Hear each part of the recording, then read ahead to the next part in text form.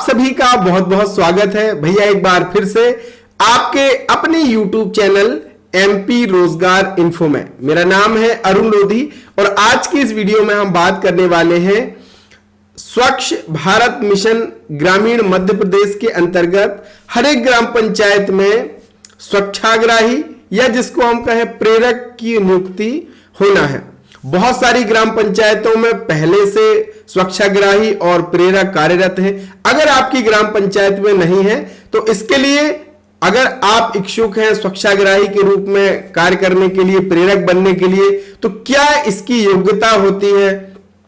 आप स्वच्छाग्राही बन जाएंगे, आप प्रेरक बन जाएंगे तो आपके दायित्व क्या होंगे, क्या आपकी भूमिका होगी, काम क्या होगा आपका, ये इस वीडियो में आपको बताने वाला हूं। और इसके लिए आवेदन आपको कैसे करना है अगर आप इच्छुक हैं, सब कुछ इस वीडियो के भीतर आपको जानकारी मिल जाएगी। पूरा वीडियो जरूर देखिएगा। चैनल पे अगर नए हैं भैया तो कर लीजिएगा चैनल को सब्सक्राइब। कोई भी पैसा नहीं लगता है, बिल्कुल फ्री है। तो फटाफट आपको करना क्या है, ये सब्सक्राइब का बटन दबा देना है और एमपी रोजगार इन्फो परिवार के पक्के सदस्य आपको बन जाना है। और हां, अगर आपने कल का वीडियो नहीं देखा है तो जरूर इस वीडियो को देखिएगा, इसमें और मैंने आदेश के साथ सारी जानकारी आपको दी हुई है। तो चलिए आज की इस वीडियो को अब हम शुरू करते हैं और मैं ये निकाल लेता हूं। पहले तो आप देखिए यहां पे आप ये स्वच्छ भारत मिशन ग्रामीण का ये पोर्टल है जिसके भीतर आपको स्वच्छ भारत मिशन की पूरी जानकारी यहां पे मिल जाएगी। स्वच्छ भारत मिशन कब शुरू हुआ था? 2 अक्टूबर 2014 को माननीय प्रधानमंत्री नरेंद्र मोदी जी द्वारा इसकी शुरुआत की गई थी और जिसका लक्ष्य था कि महात्मा गांधी जी की 150वीं जयंती पर अर्थात 2 अक्टूबर 2019 तक उनको श्रद्धांजलि स्वरूप स्वच्छ भारत बनाना था।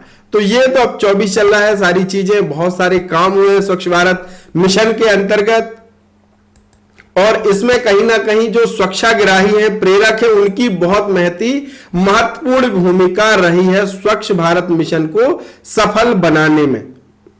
इस पोर्टल पे जब आप आ जाएंगे तो परिपत्र, आदेश, सारी चीजें आपको स्वच्छ भारत मिशन से संबंधित आपको इस पोर्टल पे मिल जानी है, जहां से आपको सारी जानकारी लग जाएगी। चलिए मैं डॉक्यूमेंट ओपन कर लेता हूं। ये मैंने डॉक्यूमेंट ओपन कर लिया है, इसको जूम कर लेता हूं ताकि आपको आसानी से समझ में आए चीजें। ये मैंने स्वच्छ भारत मिशन ग्रामीण दूसरे चरण का जो क्रियान्वयन के दिशा निर्देश है वो मैंने ये पीडीएफ ओपन कर लिया है।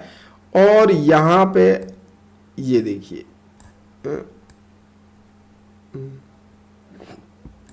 ये स्वच्छाग्राही स्वच्छ भारत मिशन ग्रामीण के अंतर्गत जो पहला चरण था उसकी व्यापक सफलता का जो श्रेय है वो स्वच्छाग्राहियों को जाता है। उस बड़ी सेना को दिया जा सकता है जिन्होंने अपने गांवों में खुले में शौच मुक्त कराने के लिए समुदायों को संगठित और सशक्त किया। ओडीएफ प्लस पहलों को आगे बढ़ाने के लिए भी स्वच्छाग्राही ही हमारे अग्रणी मानव संसाधन होंगे। यहां पे और नीचे आ जाइए। स्वच्छाग्राही स्वच्छ भारत मिशन ग्रामीण के अंतर्गत जमीन स्तर के सैनिक और ग्रामीण भारत में स्वच्छता आदतों के संबंध में व्यवहार परिवर्तन लाने वाले प्रेरक हैं। स्वच्छाग्राही यानी एक प्रकार से आपको लोगों को प्रोत्साहित करना है, प्रेरित करना है, तो आपको प्रेरक का भी एक प्रकार से नाम दिया गया है। प्रत्येक गांव में आदर्श रूप से कम एक स्वच्छाग्राही होना चाहिए। यानी हर एक गांव में, मान लीजिए आपकी पंचायत में 3 गांव हैं तो प्रत्येक गांव में कम से कम एक स्वच्छाग्राही या प्रेरक होना चाहिए और महिला उम्मीदवारों को इसमें प्राथमिकता दी जाएगी। अगर भैया प्रेरक महिला बनती है, मान लीजिए 4 आवेदन आए उनमें से महिला है तो महिला को प्राथमिकता इसमें दी जाएगी। स्वच्छाग्राही एक स्वयं सेवक होता है जो किसी भी पृष्ठभूमि का हो सकता है। ये एक स्वयं सेवा का काम है। इसको आप परमानेंट जॉब ना समझें कि अपन भैया स्वच्छाग्राही बन गए, अपन प्रेरक बन गए तो अपन परमानेंट हो गए, सचिव साहब से भी ऊपर आप हो गए। तो ये नहीं, एक स्वयं सेवक के रूप में एक जन सेवा का काम है, अपने गांव की भलाई का काम है स्वच्छाग्राही प्रेरक का। अब इसमें कोई भी बन सकता है, जैसे कि एक स्थानीय आशा कार्यकर्ता भी स्वच्छाग्राही के रूप में नियुक्त हो सकती है। एएनएम कार्यकर्ता बहन भी आपका स्वच्छाग्राही प्रेरक बन सकती है। आंगनवाड़ी कार्यकर्ता और कर्मचारी, water lineman, pump operator, NCO, CSO का सदस्य या युवा संगठन या गांव में रहने वाला कोई भी आम आदमी स्वच्छाग्राही के रूप में नियुक्त हो सकता है, प्रेरक बन सकता है। इस कार्यक्रम के ओडीएफ प्लस चरण में भी स्वच्छाग्राहियों की भूमिका महत्वपूर्ण रहेगी, क्योंकि वे अपने गांवों की खुले में शौच मुक्त स्थिति को बनाए रखने और SLWM पहलों को चलाने के लिए मिशन की सहायता करके महत्वपूर्ण भूमिका निभाते हैं। तो अब अगर आपने योग्यता जान ली कि कोई भी भैया बन सकता है, चाहे वो एएनएम बहन हो, आशा कार्यकर्ता हो, या फिर पंप ऑपरेटर हो, या गांव के संगठन से जुड़ा कोई व्यक्ति हो, या कोई भी आम नागरिक हो, वो स्वच्छाग्राही या प्रेरक के रूप में नियुक्त हो सकता है। अब आपकी जिम्मेदारियां क्या इसमें रहने वाली, चलिए वो भी जान लेते हैं।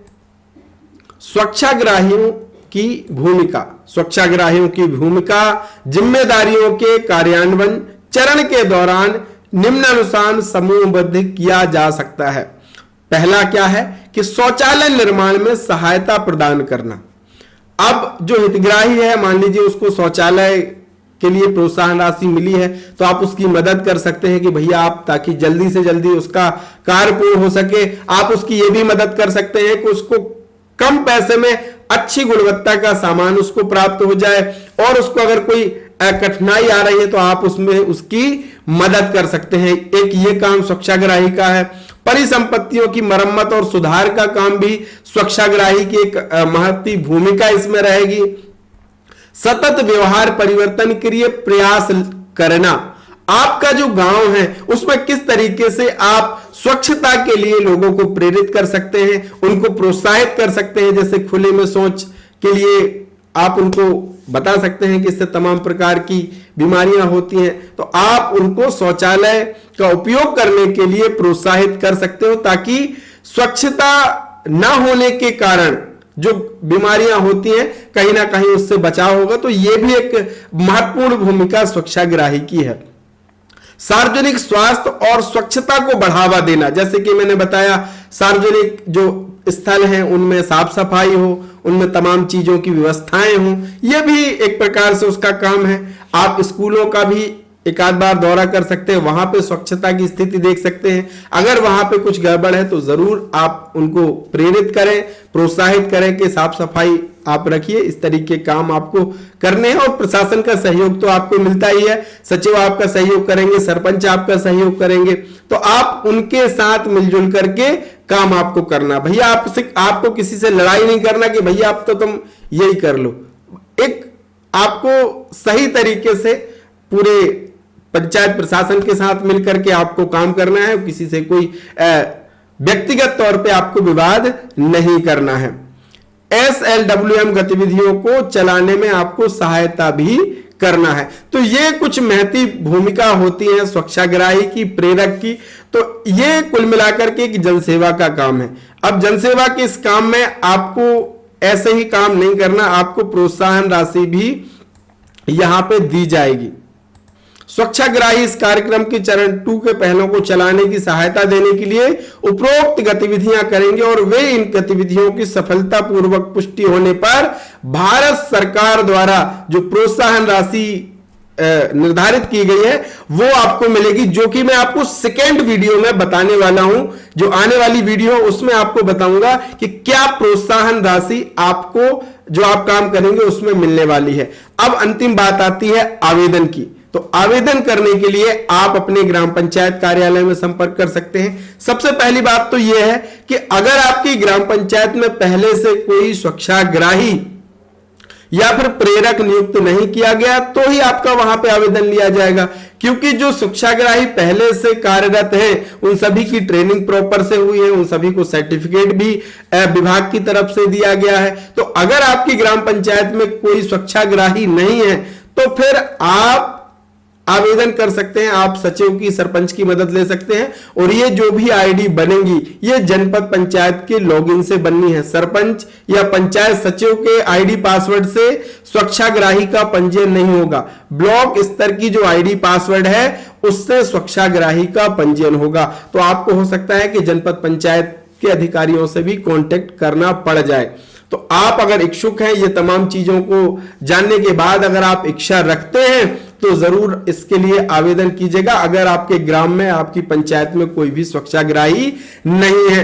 आने वाली जो वीडियो है वो और महत्वपूर्ण होने वाली, उसके भीतर मैं आपको बताने वाला हूं कि क्या प्रोत्साहन राशि एक स्वच्छाग्राही को मिलती है और क्या क्या काम आपको दिए जाते हैं जिनसे आप पैसा कमा सकते हैं। तो नेक्स्ट वीडियो भी जरूर देखिएगा। मिलेंगे एक नई वीडियो नई जानकारी के साथ, तब तक के लिए बहुत बहुत धन्यवाद। जय राम जी की।